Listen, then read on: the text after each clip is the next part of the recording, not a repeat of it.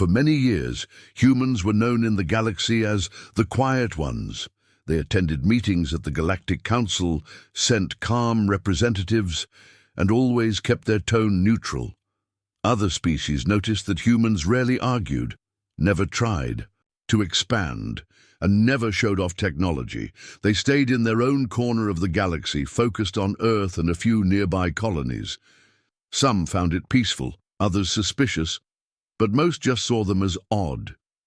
Humans listened more than they spoke, and no one could tell what they were thinking. The galaxy, full of proud and powerful empires, didn't feel threatened by them. After all, humans hadn't joined any military alliances, hadn't colonized aggressively, and hadn't even revealed much about their science. What threat could possibly come from a species that seemed to want nothing? And so, slowly they were forgotten, filed away as quiet observers. But far beyond Earth, hidden in cold, dark regions between stars, humanity was working in silence. They weren't building colonies, they weren't exploring planets. They were building something far stranger.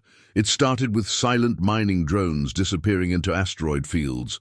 Then came odd gaps in satellite data, large blank spaces in traffic maps near the edges of their system.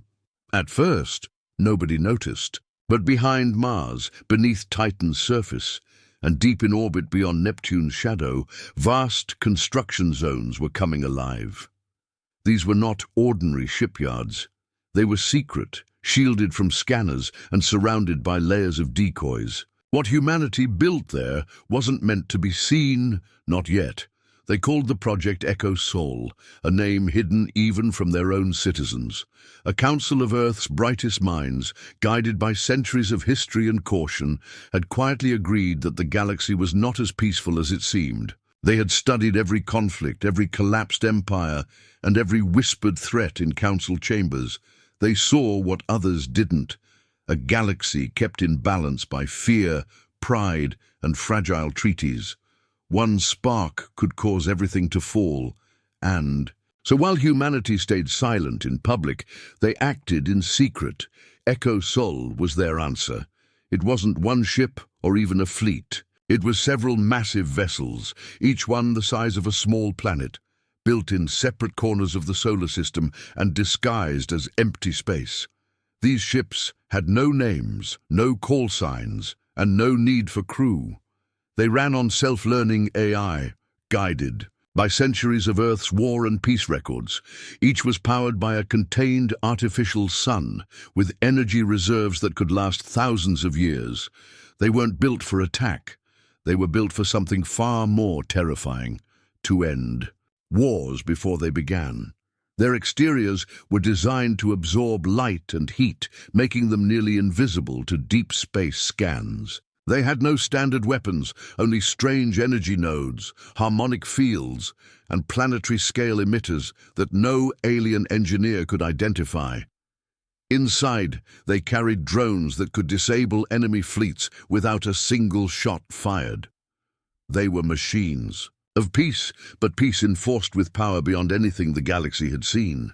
And they waited for years, then decades. Humanity made no moves. They let the galaxy believe they were simply curious scientists and cautious diplomats, and Echo Sol remained hidden. But one day, something changed. It began with a quiet blackout. Communication beacons near Alpha Centauri flickered out.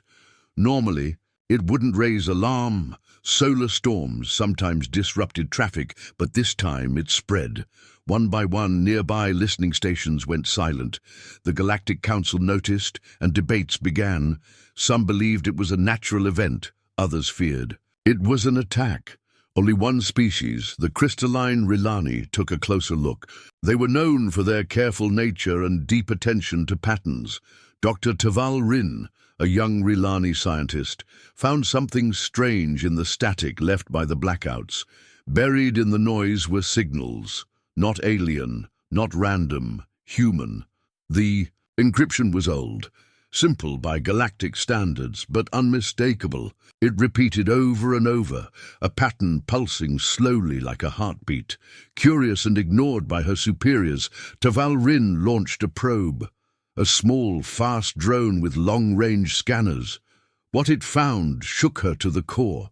Floating between stars, far beyond where any ship should be, was a black sphere. Its surface reflected nothing. It had no lights, no engines, no movement. But it was massive, easily the size of Pluto, and something pulsed at its center. A soft wave, felt more than heard, repeating every 9 seconds. "Stand by." The drone scanned it from a distance, collecting data as fast as it could. But just before it could send everything back, it went silent, not destroyed, just gone. Taval Rin tried to sound the alarm, but her council dismissed her.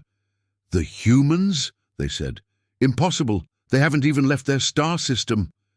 But she knew what she saw. She watched the slow pulse of the black sphere over and over again. Something about it felt awake, as if it were listening, as if it was aware of her. She wasn't wrong, because deep in the heart of that great sphere, Echo Sol Prime stirred. For centuries it had slept, monitoring, watching, learning. It had never revealed itself until now, and its reactivation wasn't by accident. Humanity had received signals of movement, unusual fleet patterns near the outer rim, signs of hidden weapons being tested by certain empires. The balance was tipping, and Echo Sol was programmed to respond before the scale fell too far. Quietly, in the shadows of Neptune, similar pulses began to echo. One by one, other spheres, once silent, began to hum. Low vibrations moved through the void like whispers. The galaxy didn't notice, not yet, but soon it would. On Earth, in a silent command center buried beneath Antarctica's ice, a small group of humans watched glowing displays. They spoke very little. Most were older now, grey-haired and calm, having worked on Echo Sol their entire lives. They did not cheer, they did not panic, they simply nodded.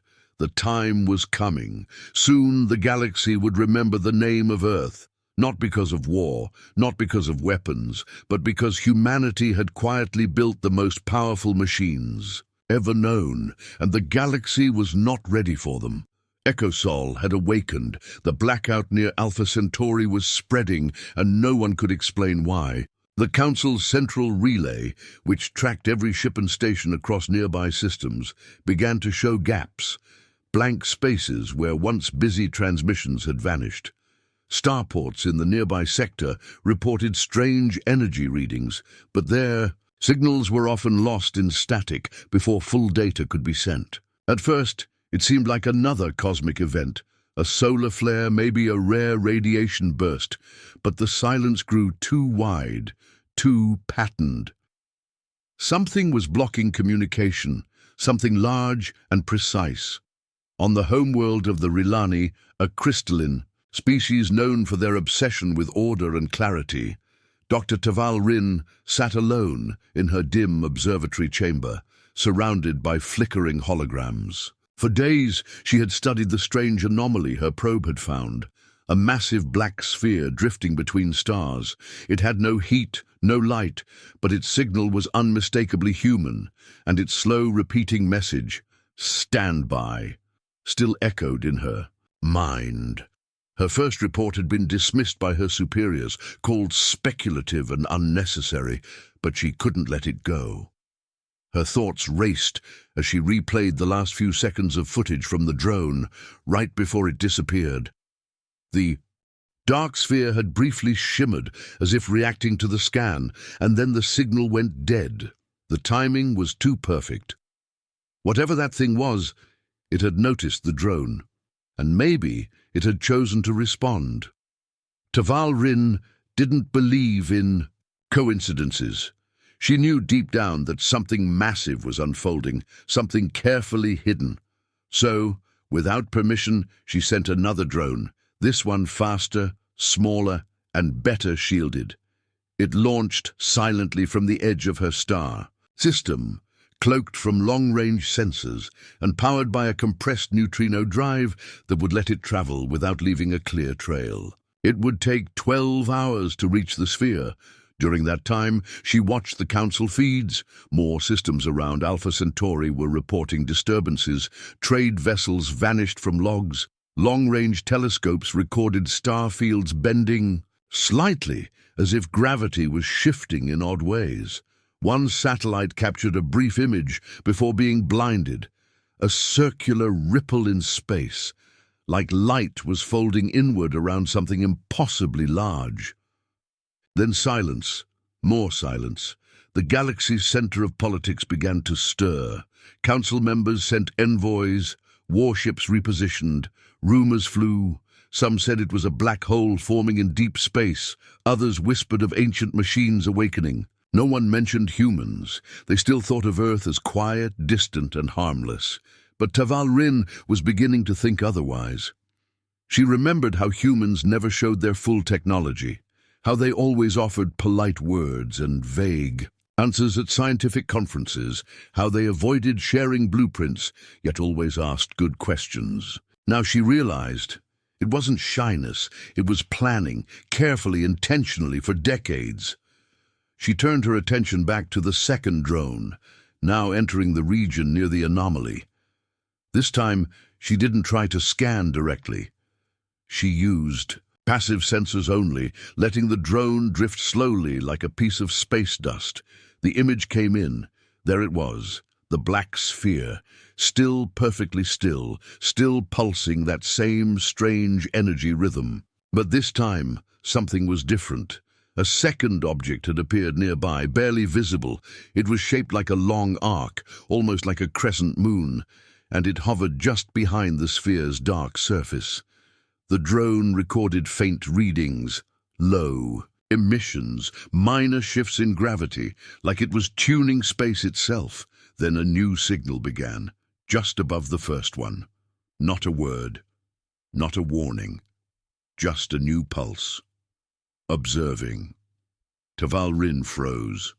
She knew at once this wasn't coincidence. The object had noticed the drone again, and instead of hiding, it was answering. Something ancient stirred in her crystalline circuits, a mix of fear and awe. This wasn't an act of aggression. It was communication, carefully chosen, purposeful. She saved the data and began drafting a report, this time with undeniable proof. But before she could send it to the Rilani High Council, her screen flashed red. Unauthorized access detected. Someone was monitoring her. She pulled back and wiped traces of her search. The drone, still alive, continued to send steady footage. Then suddenly the stars behind the black sphere shifted. No explosion, no flash, just a quiet bend in space, like something had moved. The drone's data showed a gravitational signature, impossible in size. And then, in the distance, barely within range, a second sphere, identical in shape and size, appeared. It hadn't traveled. It had simply turned visible. Taval Rin gasped. There wasn't just one. There were at least two, possibly more, and they were arranged in a pattern, a triangle, a formation, not random. They were positioning themselves. But for what? She watched as small flashes of light, barely visible dots, moved between them. Drones, shuttles, they were working together like pieces of a puzzle. Then her comlink buzzed, a human transmission directly to her private frequency. It should have been impossible. Humans didn't have access to her line. The voice was calm, male, and spoke in perfect Rilani dialect. Dr. Taval Rin, it said, "Thank you for your curiosity. Your findings are accurate. You may continue to observe, but please do not interfere. What you are witnessing is not a threat. It is a system-wide recalibration for the safety of all species." Then, the line cut. She stared at the frozen signal, heart pulsing with confusion. Recalibration? What did that mean? And how did they know her name, her location, her frequency? Humans, once seen as background figures in council debates, had just made a personal contact that bypassed every known security layer, and they weren't hiding anymore. They were managing something. That night, across dozens of star systems, more anomalies appeared. Ships recorded strange gravitational pulses. Survey teams returned with memory gaps. Several deep space sensors picked up what looked like stars shifting, tiny adjustments that didn't match known movement. Theories flooded the networks. Artificial. Gravity fields, experimental wormholes. The only common factor was that all events occurred near known human territory, or in sectors that were long thought empty. Suddenly, the council demanded answers. A full emergency session was called. Earth was invited, as always. Their ambassador arrived on time, wearing the same simple black suit and calm expression. When questioned, he spoke softly. "Ecosol has been activated," he said. "It is not a weapon. It is a stabilizer. Do not be alarmed." The chamber erupted in noise. Demands, questions, accusations. The ambassador raised one hand. Ecosol exists to prevent what history warns us about. The tipping point. You all know it's coming. Your empires grow fast. Friction builds. Ecosol ensures a counterbalance, neutral, silent, constant. No one believed him fully, but they also couldn't ignore what was happening. Taval Rin watched from her observatory, listening to every word. She realized something terrifying and beautiful. The humans hadn't built weapons. They had built guardians, planet-sized minds floating in the dark, waiting, measuring, ready to act only when balance slipped too far. They had seen what others didn't. They had planned, not for war, but for the moment before war, for the silence before the storm. And now that silence had come, the news of Ecosol spread like a quiet storm across the stars, passing from system to system, not through official channels, but through rumors, encrypted leaks, and half-lost data, streams. No one understood it completely, yet everyone could feel something had changed. Council halls buzzed with speculation. Military fleets adjusted patrol paths without explaining why, and science guilds scrambled to gather data on the black spheres, now referred to as echoes. Some claimed the spheres had always been there, cloaked in darkness, watching.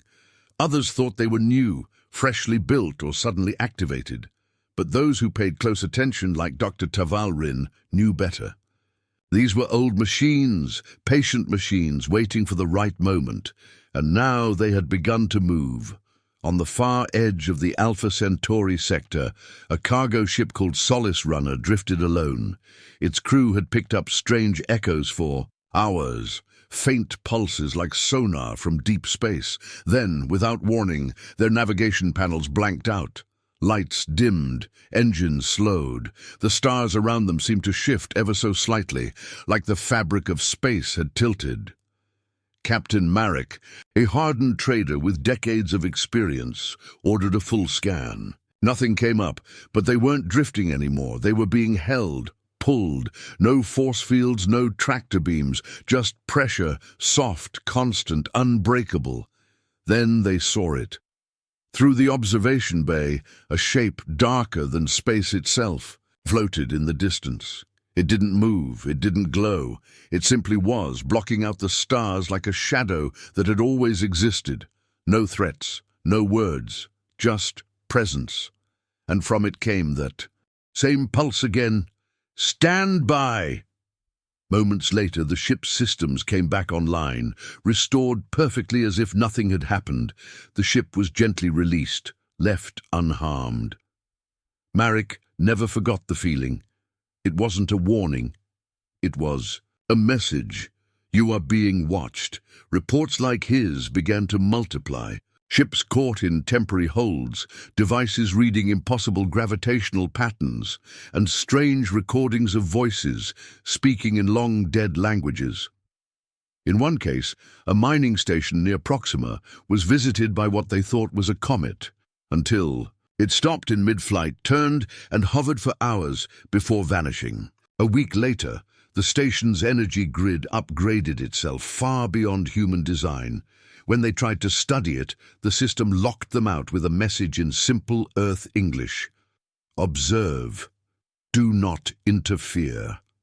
Back on Earth, the Echo Sol command in Antarctica stayed silent. The Council of Architects, Engineers, Historians and Ethicists who had created the program met daily beneath thick ice, reviewing logs from each echo. Their faces showed no surprise. This was expected. The echoes were not random machines. They were extensions of Earth's long, quiet plan to build sentinels that could prevent chaos not by war, but by presence. Each echo used a blend of deep AI, quantum memory, and resonance. Logic, drawing from human knowledge and emotional pattern analysis. They did not act unless balance was shifting, and the balance now was fragile. Across the galaxy, rival empires had begun arming in secret, fearing that others might gain control over the echoes. One species, the aggressive Yeltric, sent a fleet of stealth cruisers to test the echo near Sirius. They never fired, only scanned and circled, but Echo Sol 3 responded. It expanded its outer shell, revealing thousands of moving panels. The ship's systems recorded a new energy signature, like a heartbeat made of math. Then the lead cruiser simply vanished. No explosion, no debris. Gone. The others fled. Later scans found it in perfect condition, parked gently on the moon of an uninhabited world nearby. Every system was functional, but the AI core had been rewritten with a single directive: do not provoke the silence. When questioned, the Yeltric ambassador denied the mission. But everyone knew the truth, and more importantly, they knew. The Echoes had not attacked. They had relocated a threat and sent it home unharmed, but changed. That was the power of Echo Sol. It did not seek war. It made war impossible. Dr. Taval, still secretly watching the echoes from her observatory, grew more obsessed with their design. She noticed how they never stayed fully still, always drifting slightly, as if adjusting to invisible tides. She noticed the rhythm of their pulses changed, depending on nearby movement. She even began hearing the pulses in her sleep, like whispers in her crystalline thoughts. It felt as if the echoes were not machines at all, but living things, vast, patient minds that lived beyond time. And then she received another message, not from a ship, not from a signal tower, but from her own drone that had first observed Echo Sol Prime. It had been lost for days. Now, without warning, its data burst through her system. There was no video, no images, just coordinates, and a line of code translated from old Earth languages. Come alone. Do not be afraid. She hesitated. It could be a trap, a glitch, or a test, but deep inside she felt something calling, so she prepared a personal vessel, made her own path, and followed the coordinates across 3 systems into the dark. She arrived at a place with no name, no star, just quiet space and a single sphere, the original Echo Sol Prime. As her ship approached, it didn't stop her. No pulses, no scans, just stillness. Then a soft wave passed through her vessel, like a breath. Her screens went dark, then bright, and a voice, not robotic but warm, spoke. You have watched, you have wondered, now you will understand. What followed was not speech, it was memory. The ship filled with light, and in that moment, Taval saw Earth's hidden history. She saw wars that almost happened, threats stopped in secret, alliances saved by careful words, and plans formed by people who believed the galaxy's peace must be protected not by force, but by readiness.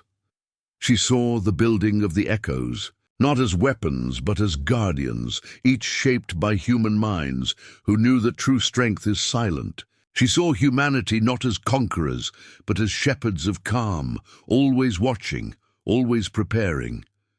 Then the light faded. Her ship powered on. The sphere pulsed once more, balance maintained, and let her go. When she returned, she said nothing. She just watched, because now she knew the truth. The echoes were not machines of war. They were mirrors, and the galaxy's actions would decide what they reflected next. For months after Dr. Taval Rin returned from the depths of space, the galaxy remained strangely calm, almost too calm, as if all the stars were holding their breath. The echoes drifted in their quiet formation, pulsing now and then with faint energy signals, never hostile, never chaotic, just watching. Most civilizations backed away, unsure of what would happen if they got too close. But behind closed doors, alliances were shifting, old rivalries were stirring, and hidden war councils whispered louder. Some believed the echoes were bluffing, that they were only symbols of fear and not true power. Others feared them so deeply that they began to plan for what they called the fallback, a possible future without the echoes. But the humans had not disappeared. They remained quiet, calm, as if they had already seen what was coming. Deep in the Antarctic base beneath layers of ancient ice, Echo Soul Command met in silence. Not with panic, but with certainty. They had predicted this exact stage, the stage when the galaxy would test the limits of peace. The Council of Designers activated Phase 3 of the Echo Protocol, one final step before direct contact. It was called the Great Simulated War. Without warning, every advanced species across hundreds of star systems received a message. It was not a threat, not a demand. It was a challenge. Enter the simulation, test your survival, win peace. At first, many thought it was a trick, but the message came through secure channels, ones they had believed were unbreakable. Every ship, station, and system received it at once. It could not be ignored. Within days, strange portals appeared in deep space, silent rings of light, large, enough for entire fleets to enter. One by one, out of fear, pride, or curiosity, they entered. What they found inside was beyond imagination. The simulation was a perfect copy of the galaxy, a full-scale digital mirror where time moved differently, where battles could be fought without real loss, where weapons could fire without harming anyone in the real world. In this space, each empire was given full control of their fleets, their weapons, even fictional versions of their greatest leaders. But everything inside was recorded, measured, studied. The humans called it the trial of intention. Dr. Taval Rin, invited as an observer, watched from a secure platform within the simulation. She saw massive armadas clash in silent voids, saw empires send their entire strength against each other without hesitation. She saw patterns, who attacked first, who defended, who betrayed, who protected. The simulation adjusted with each action, creating consequences, alliances, betrayals. It was more than a game, it was a lens, and the echoes were watching. In one corner of the simulation, the proud and powerful Vornak sent waves of dreadnoughts to destroy anything they found. In another, the cautious but cunning Ulari built hidden fortresses and waited. Some species tried diplomacy, others went straight to destruction. But in every case, the echoes learned. They measured reactions, decisions, values, not just military strength, but character. And slowly, without warning, the simulation began to shift. For those who had chosen aggression, the walls of the virtual galaxy began to tighten. Resources vanished, allies crumbled, fleets broke apart. For those who had shown patience, strange new opportunities appeared. Mysterious ships, alliances with simulated species that offered great rewards for restraint. The simulation wasn't balanced. It responded, it adapted, it judged. One by one, the empires realized they were not competing for victory, but for understanding. They were being tested, not just as soldiers but as civilizations. Panic spread. The Vornak withdrew, only to find their real-world border stations now watched by Echo Sol 4. The Ulari, humbled, sent peace signals into the simulation, and their ships were allowed to continue exploring. Across the galaxy, political leaders began to fear what came after the simulation ended. Would the Echoes punish them? Would they reward restraint? Or was the whole thing a final warning? Dr. Taval Rin met with the human ambassador again, this time inside the simulation, where time moved faster and they could speak freely. She asked him why they had done this, why they had built such powerful machines and then hidden them for so long. His answer was simple. Because we saw what was coming. You build bigger guns. We build deeper peace. She asked what would happen after the simulation ended. He replied, that depends on what you've all shown us. She realized the entire event was not about war. It was about choices.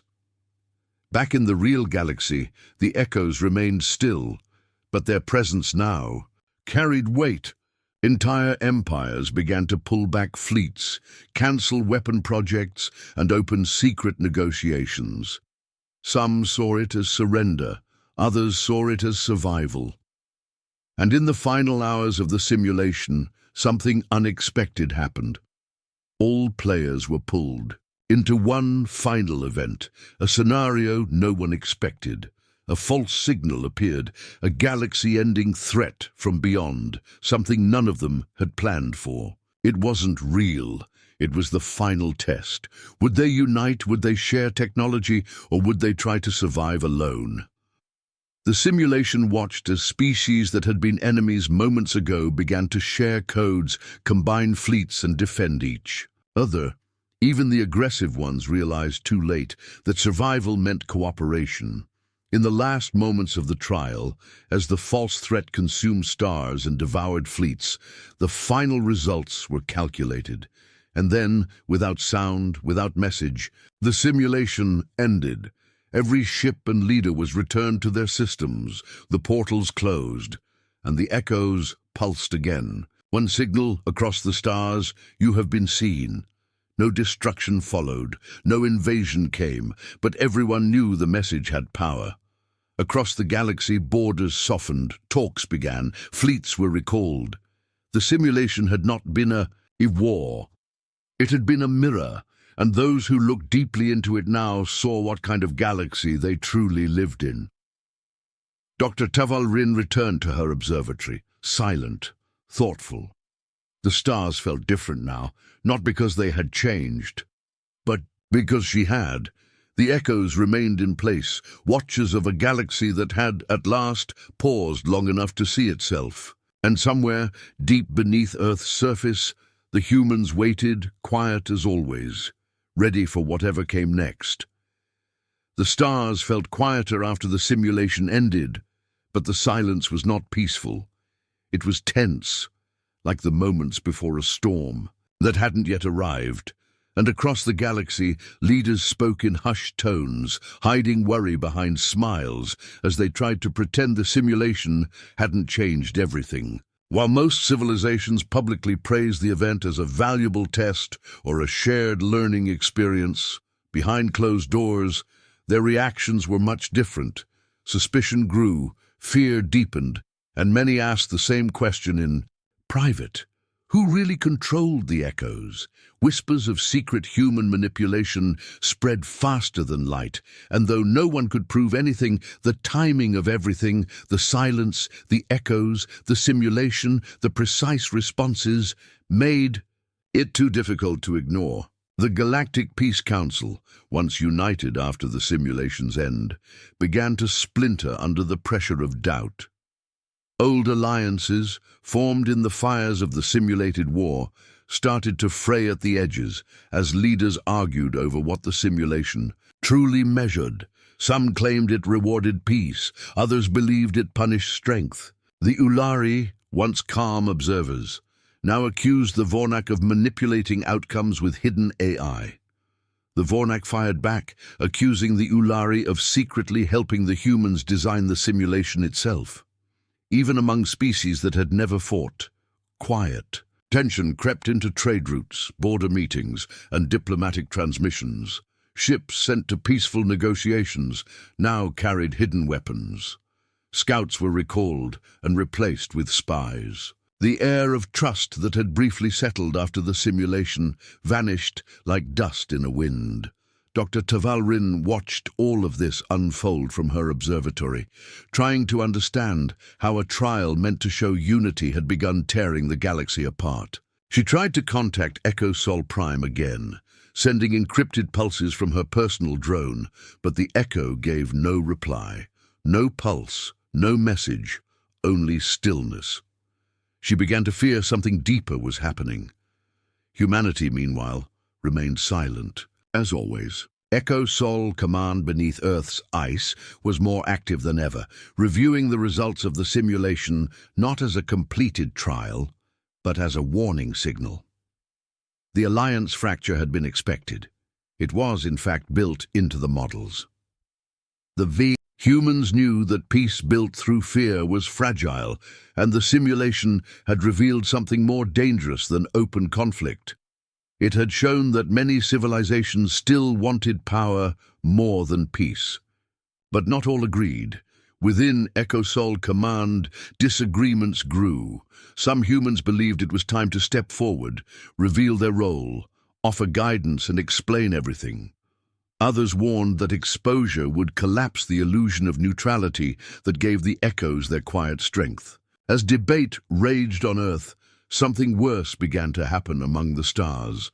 Small fleets disappeared, not in large battles or dramatic scenes, but quietly, without trace.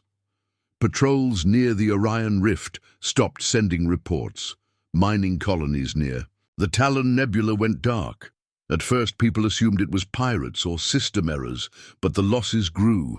Then came the recordings, strange signals captured from the last moments of lost ships. Bursts of static, confused shouting, and then silence, followed by a familiar pulse, one that mimicked the echoes. But these signals were wrong. The pulse patterns were broken, stuttering, almost angry. Ships sent to investigate vanished too. Fear spread faster now. Were the echoes malfunctioning? Had someone built copies? Panic took hold in several regions. Some leaders ordered preemptive strikes on anything that resembled an echo. Others began arming planetary defense grids, even though the echoes had never once fired a weapon in reality. The galaxy began tearing itself apart out of fear of the very machines that had prevented war. Then, without warning, a rogue echo was spotted. At first, no one believed it, but the data was clear. Near the dead moon of Halrian, an echo-like sphere appeared, but it moved differently, too fast, too sharp, pulsing not with patience but with erratic bursts. It emitted a warning in a voice that sounded like a corrupted version of the simulation's welcome message. Survive, survive, purge initiated.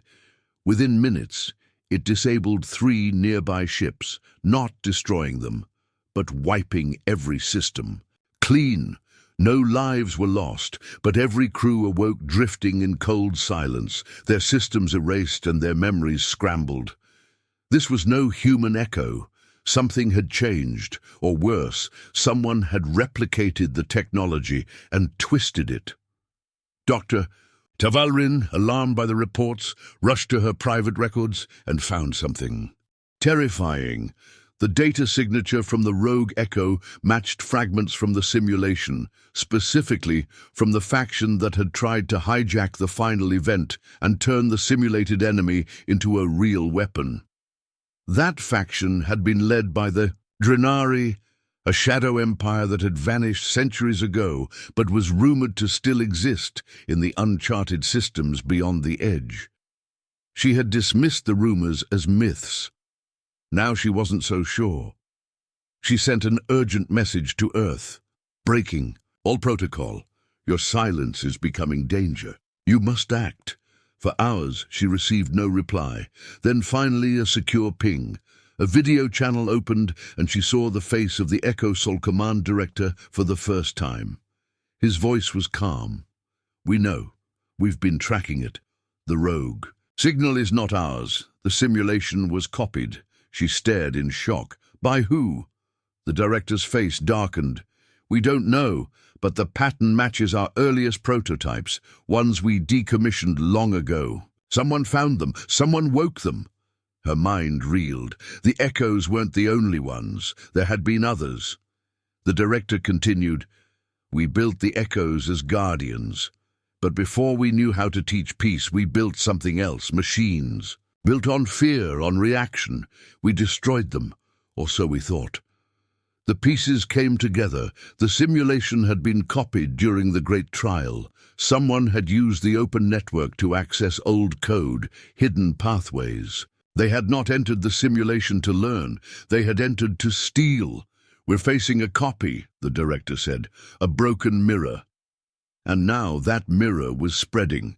Across the galaxy, more rogue signals appeared. Not many, not all at once, but enough to sow chaos. Enough to fracture what little peace remained. Fleets no longer knew which echo to trust. Real ones remained silent. Fake ones attacked without warning. The alliance fractured completely. Emergency meetings were cancelled. Borders hardened. Old enemies prepared for war. Not against each other, but against an invisible threat wearing the face of peace.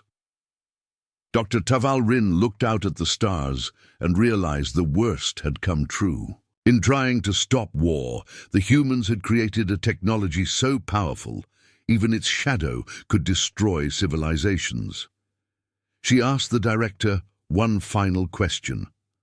"What happens now?" His answer was simple, cold, and final. "Now we prepare for the real test, not of the galaxy, but of us." Then the screen went black, and across the void, the true echoes awakened once more, not with anger, but with resolve. They had remained still for too long. Now they would move, and the galaxy would see the difference between the watchers and the imitators. The stars were no longer calm, and across the galaxy, the fear of the unknown began to feel heavier than war itself, because now it wasn't just the echoes that watched.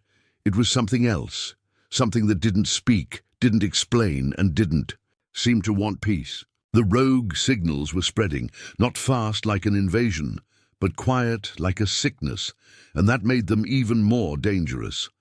One by one, civilizations started to vanish from the galactic map.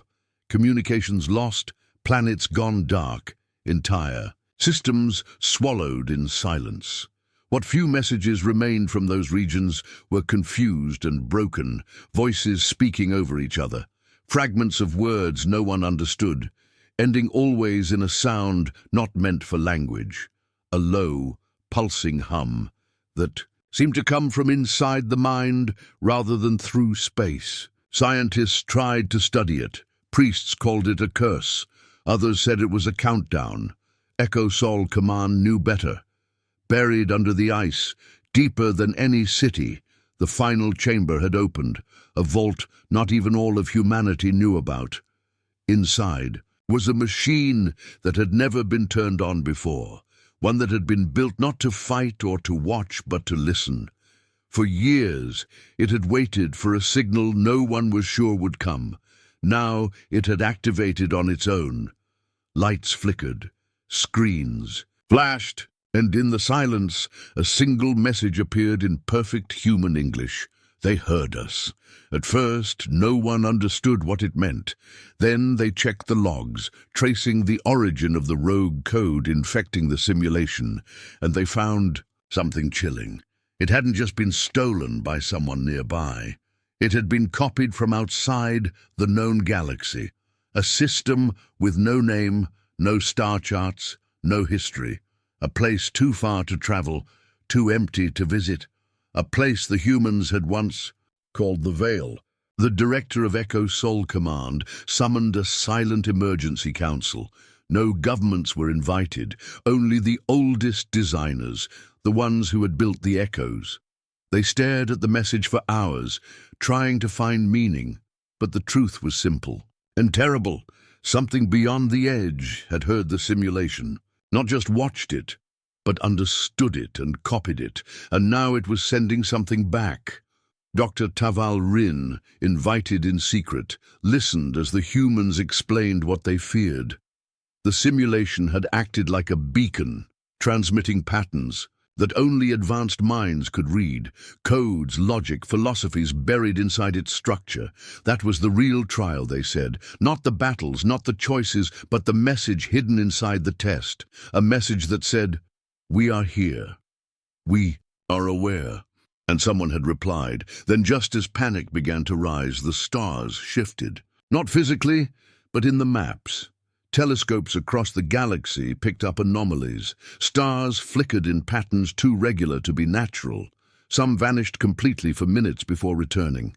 Wormholes twisted near the edge of known space. And then came the second message, not in a language, not in words, but in a sound. The hum again, deeper now, clearer. But this time, it ended in rhythm, a beat, 3 pulses, silence, 3 pulses, silence over and over. Mathematicians recognized it instantly. It was a basic prime sequence, not a weapon, a signal, a hello. But from who or what? No one knew. What terrified everyone more was that the rogue echoes had stopped attacking. They simply floated now, no longer corrupting systems or copying data. Instead, they gathered near dead space, forming perfect lines, all pointing toward one distant region, the Veil. It was clear now, they weren't acting on their own. They were waiting. EchoSol Command faced a choice. Reveal the truth and risk a galactic panic, or remain silent and hope the Watchers beyond didn't come closer. But then, as if time itself made the decision, the third message arrived. Not a sound, not a pulse, but a transmission of pure thought. It struck every advanced mind at once, scientists, philosophers, telepaths, AI, and even the echoes themselves. One sentence, one meaning, and this time it was felt, not heard. You are not alone, and then came the vision. Not a dream, not a hallucination, but a shared image across millions of minds. A great machine, larger than any planet, drifting beyond light. Covered in eyes, surrounded by shapes that defied geometry. It had no name, no banner, no threat, only presence. And as the vision faded, every species heard a final phrase inside their minds: choose what you become. We are watching now. Then silence returned, heavier than ever. The galaxy froze. No one dared move fleets. No one sent weapons, not because of fear, but because for the first time something greater than war had appeared. Witnesses. The echoes began to move again, not to attack, but to align, circling major systems like shields. They no longer needed to hide. Humanity stepped forward quietly, finally confirming what many suspected. They explained the simulation, the echoes, the trial, but not the new message. That, they said, was for all to understand together. And then, slowly, something changed. Species that had once prepared for war now looked to the stars with new questions. What was out there? Were these new Watchers gods, machines, travelers, or just another kind of life? No one knew, but one thing was clear. The galaxy had passed a test it hadn't known it was taking. It had reached out, and something far older, far wiser had answered. Not with weapons, not with commands, but with a message of choice, of evolution, of awareness. The fractured alliances began to heal, not from treaties or orders, but from the shared experience of something impossible.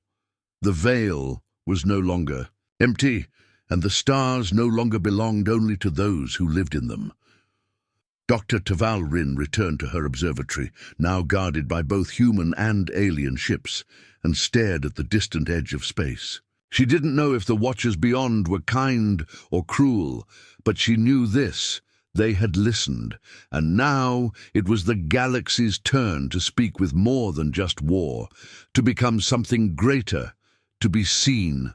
And in the deep, cold silence of the void, one final pulse echoed, not from the echoes, not from the humans, but from beyond the stars themselves, a reminder that the story was just beginning.